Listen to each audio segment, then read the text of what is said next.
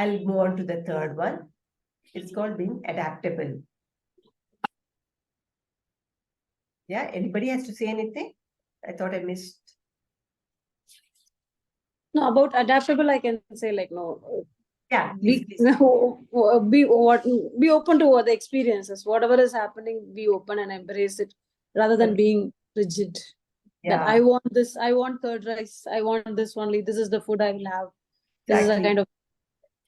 Yeah, so it's all about being open to change, because when, first of all, stepping out of our home itself is a big change that we want that change. That's why we go to travel. And when we go for traveling and when we realize, oh, I don't like this food, my rice rasam at home was much better. But then you're missing out the whole purpose of traveling also. I'd like to share this small video. It was a bike. It was my first expedition, so it's very special to me. It was on the bike as a pillion. We were 7 friends who were riding 3 bikes and 1 Mahindra Thar Jeep. And we went from all the way from Bangalore to Leh Ladakh. So please enjoy this. It's a short video. Drums, please.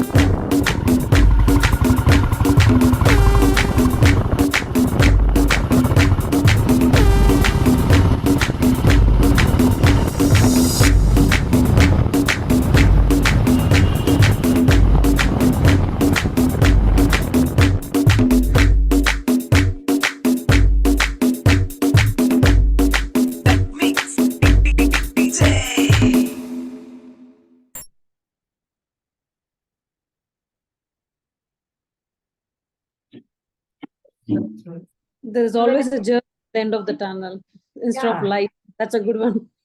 That's true. There's always light beaming out there for travelers, especially. So when we come to say why I took up this specific place was, as you all know, Ladakh is at a high altitude, and all human beings, irrespective of the age, at varying degrees, you get you will have to undergo this AMS, or altitude mountain sickness. It can affect you. There are many it doesn't affect, but there are few it does affect, and you never know until you go and experience there. So this was my first travel there, and I was like, for 2 days I was flattened down, in spite of doing all the exercises and well before the actual expedition. So when I realized that how much of adaptability change that we have to take into account, especially even in food. This is a particular food called tukpa there, where it's made of, it's a, both get veg and non-veg. It's made of, this is a veg tukpa, and it's made of your wheat and barley plus with vegetables kind of a soup. And also there is something called a butter tea out there, where there is butter and tea made from yak milk, and it's a little bit salt. So for us outsiders, in the sense of people who have come from south or even north, like Delhi and all that, we don't usually have butter tea at all. Or tukka, now you might have it in here. I mean, this dish in the southern states, but butter tea, you absolutely won't get it here. It's there in Himalayas itself. And the specialty of that tea is that it helps to keep the warmth in your body because of that extreme cold climate out there. And if we don't like the taste, then we really won't enjoy being in Ladakh or experiencing that taste out there. So what I realized was, I like to tell you a secret here, that to any new place you go, and new food you want to try, in the beginning, just have little. When your taste buds get attuned to it, when you feel that it's palatable, then you can have more of it. First of all, saying no, I don't want it, doesn't argue well with being a traveler. So adaptability is all about being able to adhere, being able to accommodate, because even weather-wise, it'll be so different all the other places. So this is one of the next most important skill is adaptable. Let me go to the next one. Values. Now, all of you must be wondering, values and travel, what connection? Is there any connection? What do you think? Yes. There are connections. Value There of culture, value of people, Exactly.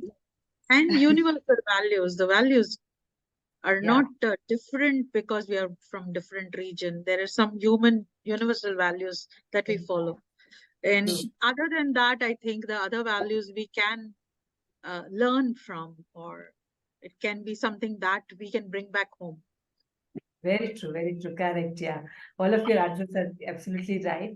So here, values I would like to say is, there's this expedition, and I was a backup driver there, where a few cyclists had gone along the Western Ghats, cycling along the Western Ghats in Karnataka. This is the route map they had taken, and these are the cyclists there. So the next best thing from walking was cycling, and the particular purpose of this expedition was that we connect to nature, we connect to Western Ghats, understand what is forest about, understand what is the value of Western Ghats to the whole country, to the whole world. Because without Western Ghats, we won't get rains being in Bangalore or anywhere else in India or the southern part of this. It's so important.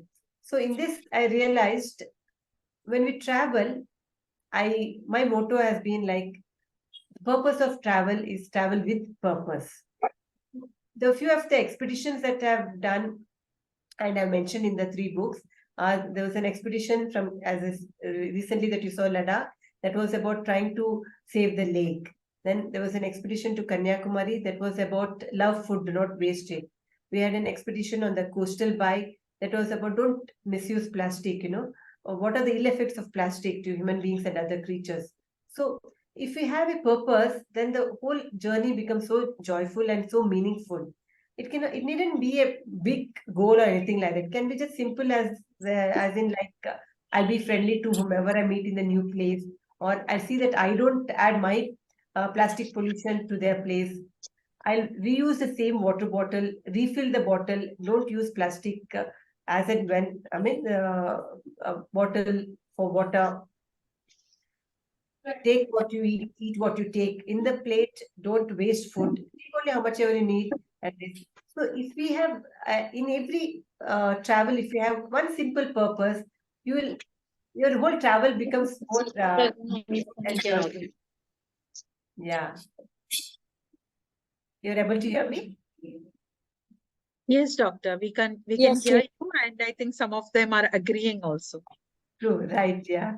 That's it. So this is like, they say nail on the wall kind, when you feel so down and out, and you like travel cheers you up. Because as I say, when you go out to nature, or you just take a simple walk, being in nature brings back the cheer back into your life. If you're feeling dull, they say, go take a walk, you'll cheer up. So similarly, travel, if you have a value in any of your travels, any kind of a simple value also, you will cherish that moment, you will cherish that travel. So we move on to the next globetrotting skill, that's all about money, money, money. Yeah. When I must have done 50 plus workshops in India, in Bangalore, and in the recent expedition when I went to all the state capitals. So one common question of all we went to schools and colleges, and so one common question asked by all the ladies there was, all the girls and youngsters there was, safety for women, and where do you get the money to travel? So safety, yes, I follow, and I also tell that go in the right time and come back in the right time. That's the best, because no place is safe, be it Singapore or US also. It's not safe if you go in the not in the right time. Secondly, about the money part, I have just simple 3 mantras: save, spend, sacrifice. So, we have this Indian mentality of first spending, then if there is any money left, we end up saving it. But the Europeans, they do it different. What do? They first save, and then the rest, whatever is available, they spend it for their lifestyle. So if we start saving, because we have never been taught to save from our early ages, but if you have been able to save once you start your work, or whatever amount you get, like for your you pay your medical insurance every month, or sorry, every year, little premium, that you have to pay for the insurance, medical insurance.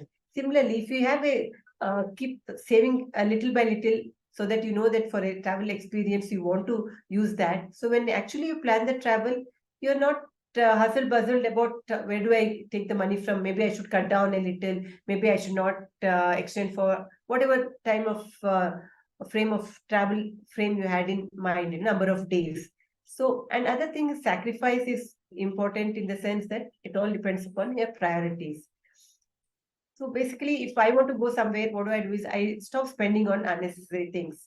You're like, okay, and even there to the schools and colleges where we can, I told the children there, when you go out with your parents, you maybe visit the mall to have a food or something, tell them, okay, we'll have food at home and go, so that you save that money and we can all go for a travel together. So that makes a lot of sense. And that's how your saving culture also is developed in kids.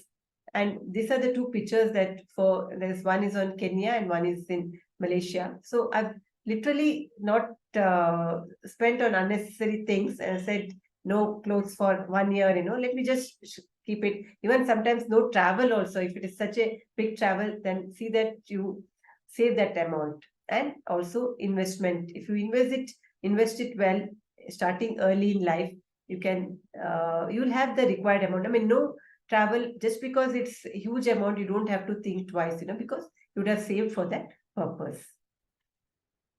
And finally, we come back to the last of the globetrotting skill, which is actually, it is the whole essence of a travel. When we go to travel, we go with a lot of first apprehensions, but when you start enjoying it, and when you apply these globetrotting skills, there won't be any apprehensions at all.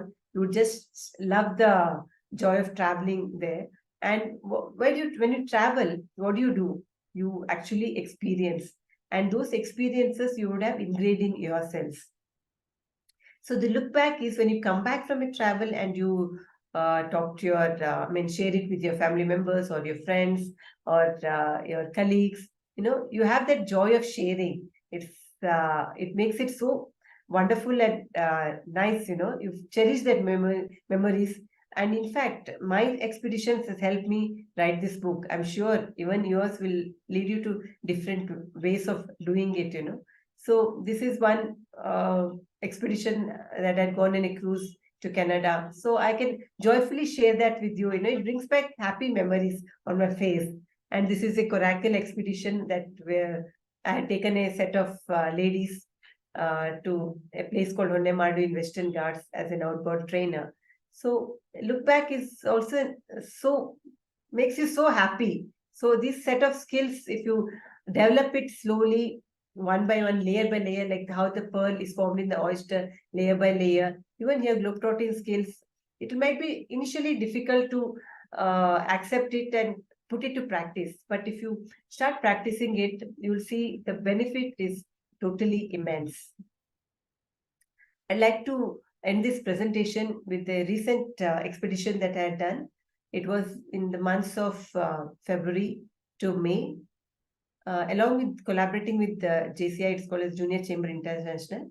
We are two of us who drove almost 18,000 kilometers for 2.5 months, that's 77 days by road, and to cover all the state capitals of this country and a couple of union territories.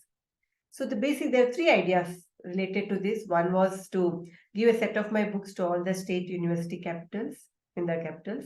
Second was to interact with the students and your college students and your school students about clean plate challenge. It's like take what you eat what you take. That was what we wanted to promote, along with promotion of this globetrotting skills. And thirdly, we had modified the Mahindra Thar Jeep to cook and sleep in the same place, like do an outlining kind of a stuff. So I would like to, in one travel expedition, I would like to share with you how all of this globetrotting skills has come into picture. So we have the 6 globetrotting skills of being thoughtful, being resilient, adaptable, values, economics, and look back. So as you know, this was a 2.5 months journey. So we had to be very mindful and very thoughtful of what we are going to carry, how much we are going to carry, what is the number of hours that we'll have to drive to reach a certain place, because we'll have to be asking the college or the school for an appointment for giving our this expedition, the globetrotting and the clean plate challenge presentation. So thoughtful was in every step of the way. Being resilient, absolutely, exercise was the mantra here, because we had almost 16 to 18 hours of driving to be done. Adaptable, 28 days. Whole India is so different in the moment you cross one state and you enter the other state, everything is changes. So not only the culture, the different people, the languages, the food. And I followed the mantra of eat little, and also so that we couldn't, just wanting to experience is at one level was good, but that not falling sick also was a point that we had to take into consideration. Values, as I said, clean plate challenge was the major social message that we wanted to convey in this expedition. And economics, absolutely. Such a big expedition needed so much of travel planning in the sense of money part also. So cut down on all the unwanted spendings, and savings for quite a few years helped in doing this expedition. And look back, well, it's been 5 months since I've come from this expedition, and I'm so happy that I've been able to share this with you. Could take some experience from there and share it, how it has helped me. I wish it helps you also in the similar way. So these are the 6 globetrotting skills that will help you in any kind of travel that you want to do. So friends, I would like to say that travel make you realize that no matter how much you know, there's always more to learn. So I'm open to Q&A, ask anything that you want, and happy globetrotting to each one of you.